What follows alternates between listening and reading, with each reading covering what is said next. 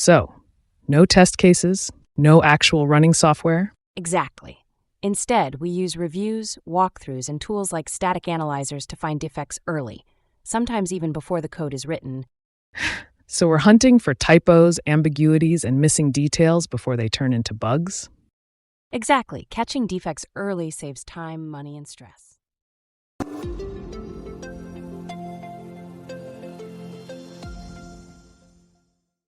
Bob and Sarah are back in their conference room. This time, Sarah has wrote dynamic testing versus static testing on the board. Bob looks at the comparison with curiosity. Okay, so dynamic testing is what we've talked about before, running the software, checking if it behaves correctly. But what's this about static testing? Static testing is different. It's like examining the blueprint of a house before building it. Instead of running the software, we inspect its components, documents, code designs without executing anything. So no test cases, no actual running software.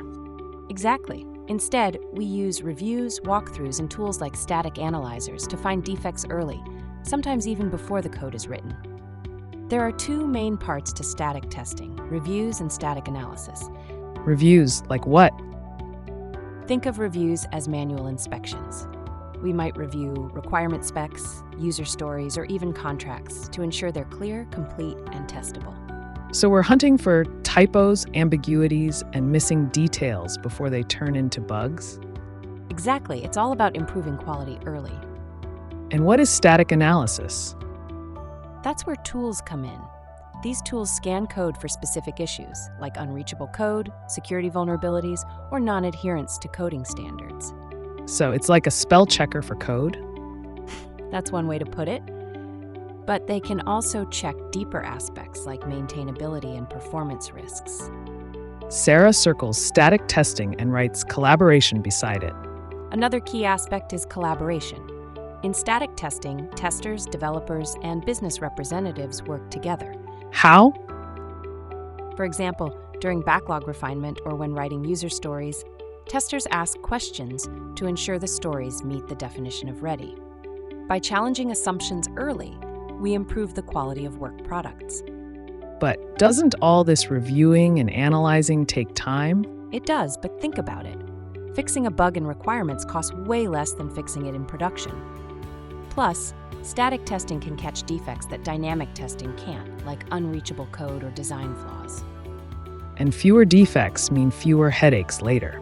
Exactly. Static testing fulfills the principle of early testing. It builds confidence in work products and reduces overall development effort.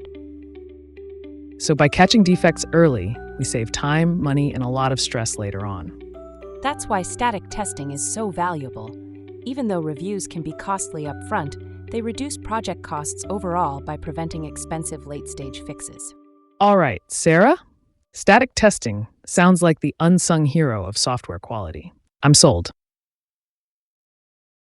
All right, so static testing finds defects directly and dynamic testing finds failures first? Exactly. And static testing can catch issues before the code even runs, like unreachable code or security flaws. A strong testing strategy always uses both. Testtactix, upskill, innovate, succeed. Want to succeed in your QA journey? Subscribe for more engaging videos like this and take your QA skills to the next level.